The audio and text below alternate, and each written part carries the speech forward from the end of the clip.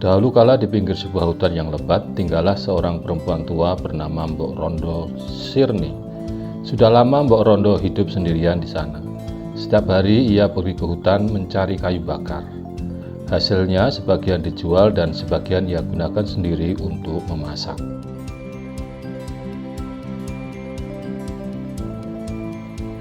Suatu hari, tanpa sengaja ia bertemu Buto Ijo, makhluk jin raksasa penunggu hutan itu.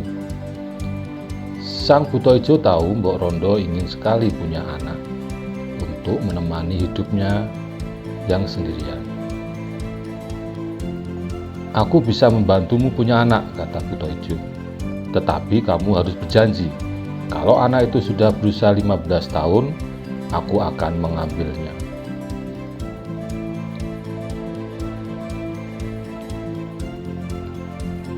Tanpa berpikir panjang, Mbok Rondo menerima tawaran sang Buto Ijo. Kemudian Mbok Rondo diberi 1 biji buah ketimun oleh raksasa penunggu hutan itu. Ia kemudian menanamnya di kebun depan rumah.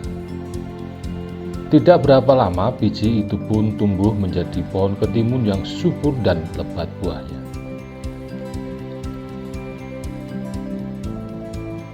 Buah ketimunnya besar-besar dan berwarna kuning keemasan. Suatu hari Mbok Rondo ingin merasakan buah ketimun itu. Ia mengambil 1 buah yang paling besar.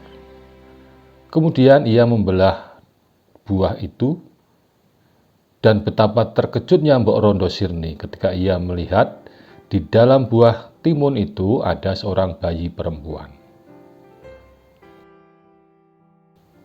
Mbok Rondo sangat bahagia. Sekarang ia punya seorang anak perempuan yang akan menemani hidupnya. Mbok Rondo menamakan bayi perempuan itu Timun Mas. Karena begitu bahagianya, Mbok Rondo lupa tentang perjanjiannya dengan sang Buto Ijo. Timun Mas tumbuh menjadi gadis remaja yang cantik parasnya. Mbok Rondo sangat sayang pada Timun Mas, karena ia anak yang baik hati, pandai, dan rajin. Ketika Timun Mas sudah berusia 15 tahun, sang Buto Ijo datang menemui Mbok Rondo untuk menagih janjinya. Mbok Rondo meminta supaya Buto Ijo memberi mereka waktu 1 bulan lagi. Jin raksasa itu menyetujui permintaan Mbok Rondo. Setelah Buto Ijo itu pergi, Mbok Rondo Sirni bergegas berangkat ke Gunung Gundul menemui seorang pertapa sakti. Mbok Rondo memohon pertolongan kepada pertapa itu supaya Timun Mas dapat terlepas dari kejaran Buto Ijo. Sang pertapa itu memberi Mbok Rondo 4 bungkusan yang masing-masing berisi biji timun, garam, jarum, dan terasi. Setelah menerima sarana dari sang pertapa, Mbok Rondo Sirni pun segera pulang ke rumahnya, lalu memberikan ke-4 bungkusan itu kepada Timun Mas.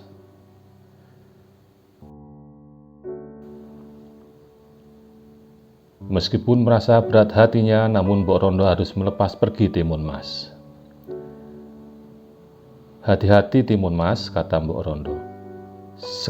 Segeralah berangkat malam ini. Jangan takut. Doaku selalu menyertaimu." "Baik Mbok," kata Timun Mas. "Aku tidak takut. Aku akan selalu ingat semua nasihat Mbok." Dalam kegelapan malam, Timun Mas berlari sekuat tenaga menghindar dari Buto Ijo. Meskipun sering terjatuh, ia selalu bangkit lagi dan berlari secepat mungkin. Ketika sang Buto Ijo tahu kalau si Timun Mas telah pergi untuk menyelamatkan diri, ia pun segera mengejarnya. "Mau lari kemana kamu, hai Timun Mas? Aku akan menangkapmu." Setiap Buto Ijo hampir menangkapnya, Timun Mas segera melempar salah 1 bungkusan yang diberikan oleh Mbok Rondo kepadanya. Ketika bungkusan pertama yang berisi biji ketimun ia sebarkan ke tanah, seketika biji itu tumbuh menjadi pohon timun yang besar dan membelit sang Buto Ijo. Tapi Buto Ijo bisa melepaskan diri dari belitan pohon timun raksasa itu. Ketika Buto Ijo sudah dekat dan mau menangkapnya lagi, Timun Mas melempar bungkusan kedua yang berisi jarum ke tanah. Seketika tanah di belakang Timun Mas berubah menjadi hutan bambu. Buto Ijo terperangkap di dalamnya. Setelah bersusah payah dan terluka, Buto Ijo berhasil melepaskan diri dari hutan bambu itu.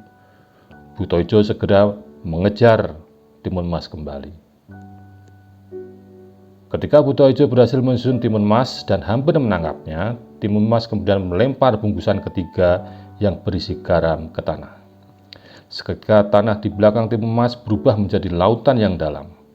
Buto Ijo tercebur ke dalam lautan itu. Tapi Buto Ijo bisa berenang dan kemudian mengejar Timun Mas kembali. Melihat Buto Ijo berhasil keluar dari dalam lautan dan masih mengejarnya, Timun Mas pun segera melempar bungkusan keempat yang berisi terasi. Dan seketika tanah di belakang Timun Mas berubah menjadi lautan lumpur panas. Buto Ijo tidak peduli, ia masuk ke dalam lautan lumpur panas itu. Ia merasa yakin bisa melewati lautan lumpur itu.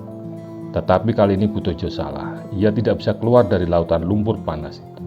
Ia pun mati tenggelam di dalam lumpur panas itu.